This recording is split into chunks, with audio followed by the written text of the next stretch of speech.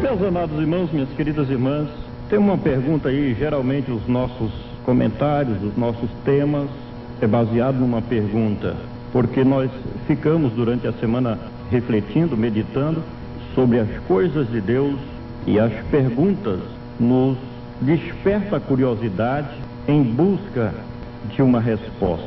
E a semana passada nós falamos, baseado em uma pergunta também, como vivem os ímpios, como vivem os incrédulos?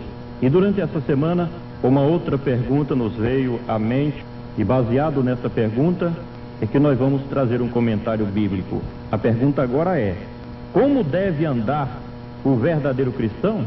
Você que está nos ouvindo agora, como deve andar o verdadeiro cristão? Aonde deve andar o verdadeiro cristão? Aonde deve ir? Aonde deve colocar os seus pés? Aonde deve estar o verdadeiro cristão? Biblicamente falando, qual é a vontade de Deus sobre o andar cristão, sobre o viver cristão? Você tem andado conforme a vontade de Deus?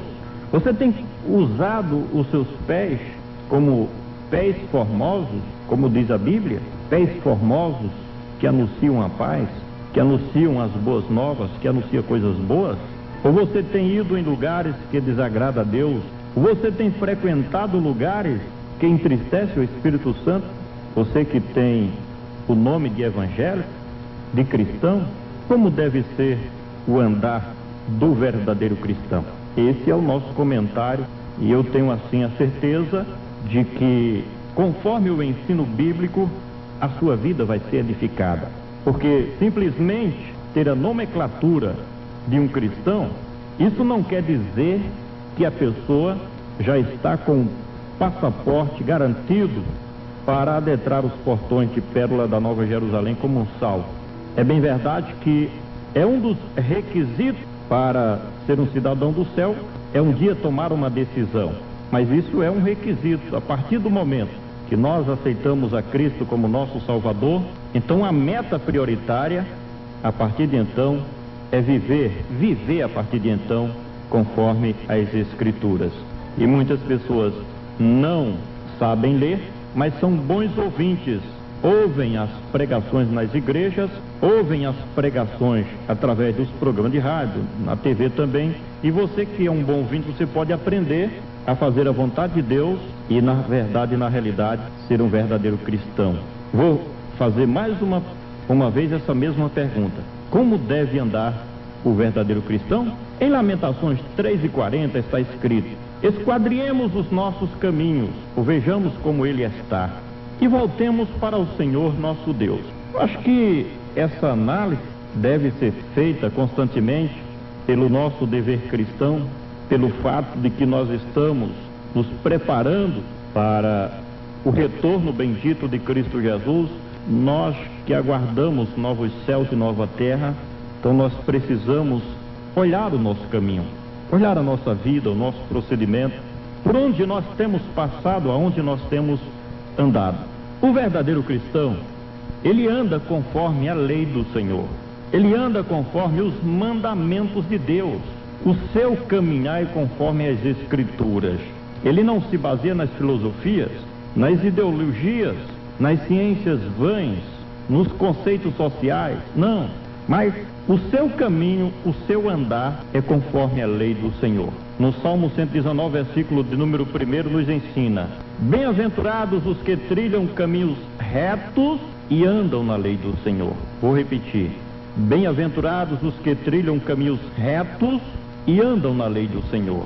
A Bíblia, como sendo a nossa constituição divina, as Escrituras, como sendo a lâmpada e a luz dos nossos caminhos, das nossas veredas, ela não foi escrita simplesmente para que a conheçamos, mas acima de tudo, a palavra do Senhor nos é ortogada para que vivamos conforme as suas regras estabelecidas pela vontade superior do Deus que fez os céus e também a terra.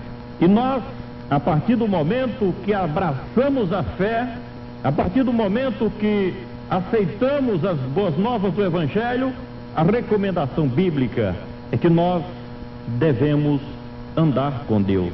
Na Bíblia nós encontramos no primeiro livro que é o livro dos princípios, o livro dos começos, o livro de Gênesis, no seu capítulo de número 5, versículo 24, declara: e andou Enoque com Deus e não foi mais visto, pois Deus para si o tomou. Que grande exemplo nos deixou este servo de Deus. Ele andou com Deus, e porque ele andava com Deus, a morte não teve poder sobre a sua vida. E porque ele andava com Deus, e porque ele andou com Deus, Deus para si o tomou. Assim somos nós. Se nós desejamos ardentemente participar do arrebatamento da igreja, se nós desejamos um dia morar na Nova Jerusalém, se nós desejamos um dia abraçar o nosso Salvador, o Senhor Jesus, se nós um dia desejamos o selo da salvação e da vida eterna, precisamos andar com Deus. Agora, não é de qualquer maneira que se anda com Deus. Para andar com Deus tem que ter uma vida de renúncia. Para andar com Deus tem que buscar o reino de Deus em primeiro lugar. Para andar com Deus tem que dar um basta nos seus próprios desejos e apetites e inclinações carnais, renunciar a este mundanismo e tomar como opção de vida as coisas que são de cima e não as coisas que são de baixo. Precisamos, acima de tudo, se somos verdadeiros cristãos, nós precisamos andar no Espírito de Deus e pelo Espírito de Deus, não pelas inclinações da carne, não conforme as tradições mundanas, não conforme os costumes degradantes de nossa sociedade, mas acima de tudo, conforme a direção, a orientação, o ensino do Espírito Santo de Deus. Em Gálatas capítulo 5, versículo 16, nos adverte: digo, porém, andai no Espírito de Deus, e não cumprireis as concupiscências da carne. O homem natural, o incrédulo, aquele que não busca o reino de Deus, em primeiro lugar, ele vive conforme as concupiscências da carne, os prazeres da carne, os prazeres terrenos. É aquilo que a Bíblia chama de homem natural, homem materialista, homem profano e homem mundano. Mas o verdadeiro cristão, o seu andar é conforme o Espírito de Deus. Nós que representamos o reino de Deus aqui na terra, precisamos andar humildemente. Em Miqueias capítulo 6, versículo 8, diz assim: o Senhor te declara ao homem o que é bom, e o que é que o Senhor pede de ti, senão que pratiques a justiça e ames a misericórdia, e ande humildemente perante o Senhor teu Deus. Os arrogantes, os impetulantes, os orgulhosos, os prepotentes, esses não têm condições de andar com Deus. Este não tem condições de viver para Deus, de estar no curso e na direção da Nova Jerusalém.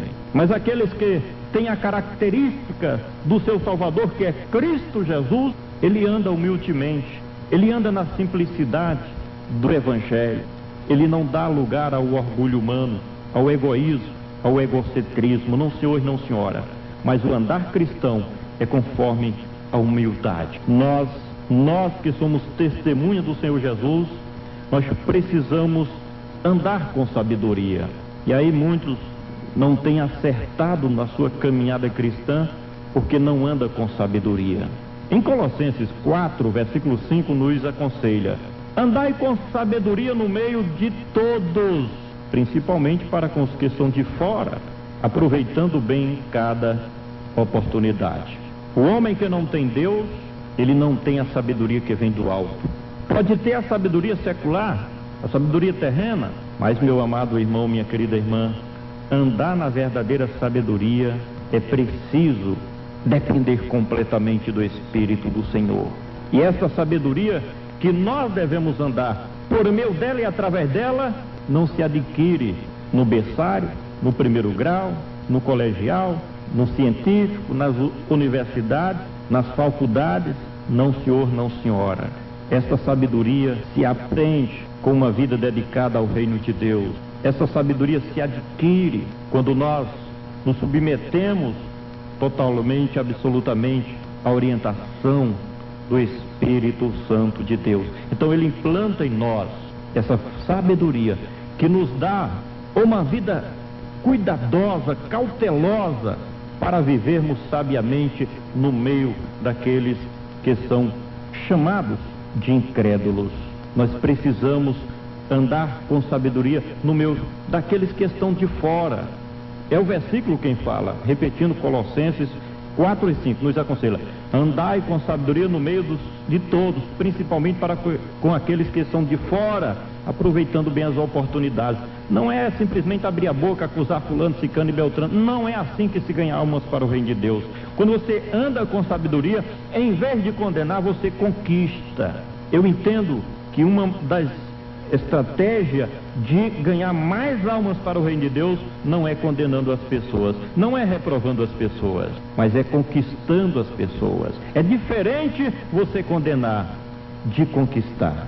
Você conquista com simplicidade, você conquista com humildade, você conquista andando com Deus, tendo um testemunho de vida que glorifica o nome do Senhor. Nós precisamos andar com cautela.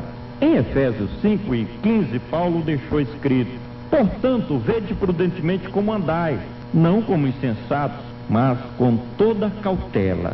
Os olhos da sociedade estão sobre nós. Os vizinhos estão olhando para a nossa vida.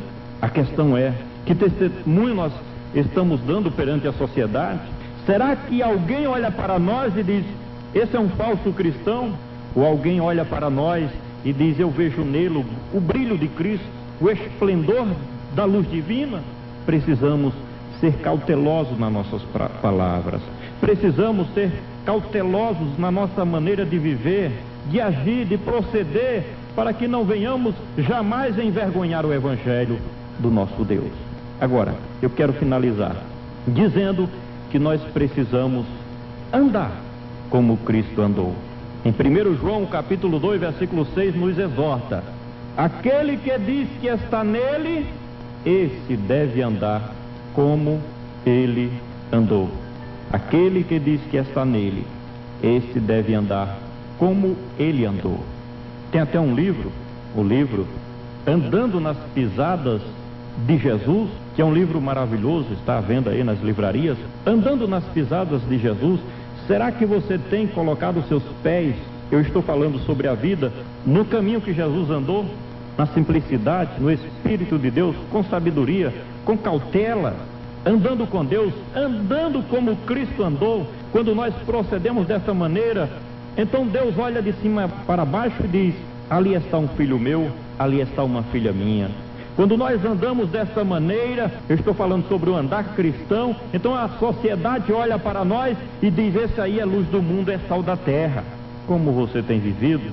Como você tem andado? Aonde você tem andado? Como deve ser o nosso andar cristão?